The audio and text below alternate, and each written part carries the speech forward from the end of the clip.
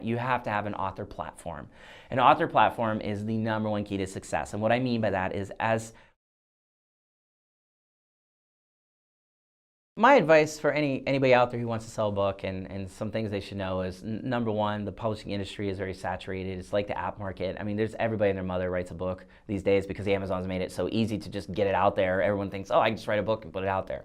You really, in my opinion, I think you should have something to say.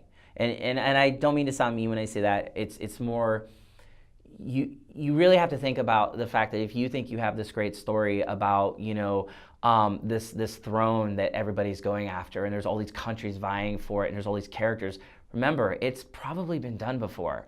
What are you contributing that's new? And if you're not contributing anything new, I would encourage you to kill that idea or transform it into something that is new. In other words, think about what you're doing. That's step one. Step two, if you're putting out a book, is educate yourself. Look into the book market. Don't just go to Barnes & Nobles and read a few books and think, yeah, I want to be that person. Think about how those people got there, and also really do your homework online. There are so many great articles out there that will really lay it out to you by authors that have come and done everything before you're about to do it, and they know. And you should listen to your elders, and listen to what they have to say. Now, not all their advice is going to be good, but you will get a general collective feel of what you should be looking at as an author in this day and age. And then the third thing, adding to that, you have to have an author platform. An author platform is the #1 key to success. And what I mean by that is, as an author, you have to remember you are your own biggest cheerleader, as I've said. You have to be able to look at the book industry and say, okay, I have a Facebook following, I have an Instagram following, I have a Twitter following, and I have a Pinterest following. I need to put my book out on all those. I need to write articles and put them out on all these different things to get people to click on the link in that article that goes back to my book on Amazon, because somehow I related that article to my book.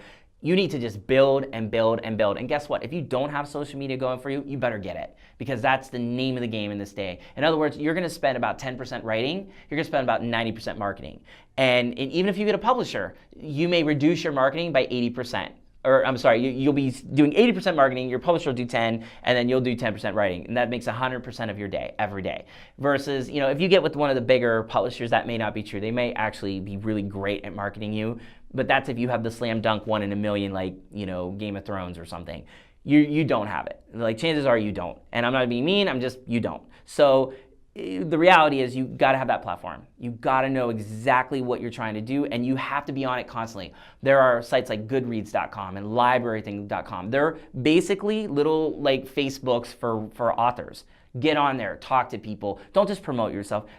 Take an interest in other people. Create a platform that you can spring off of as an author in order to make sure that your book is on everybody's tips of their tongues. And so when they want to buy it, they'll buy it.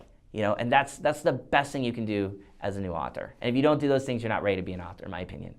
If you're an author and you're thinking about how long I should market and when I should be starting my next book, I have 2 things to say to you. One is, you never stop. You market till you die. Or if you want to go by the old adage and book publishing, your book's dead after 6 months, then stop after 6 months. But I never stop. I'm still marketing my first author from, 10 years ago. I still push her book. I still love it. So that's why I'll push it. I think if you have a passion for what you're doing, why would you stop? So marketing, it's a never-ending process. And like I said, it will consume 90% of your time if you're doing it, like, I don't want to say correctly, but if you're making it the priority, it probably should be as an author. So that's number one. Number 2, you should always be writing. The minute you get done with your one book, before it's even published and out there, you should be on your next book, or at least prepping or getting ready. Write.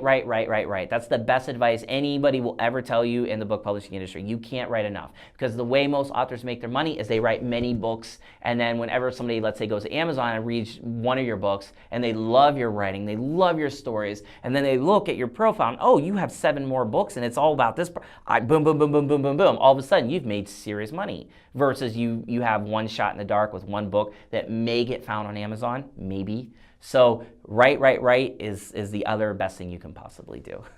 And if you don't do that, you're, again, maybe not ready to be an author. Although, sorry, that's not to say that if you are that author with the golden idea and you have no other ideas, you shouldn't just do that and that's it. That's fine too. I mean, if you really literally only have one book in you, that's great, but then you should spend all your time promoting it, in my opinion. Don't expect somebody else to.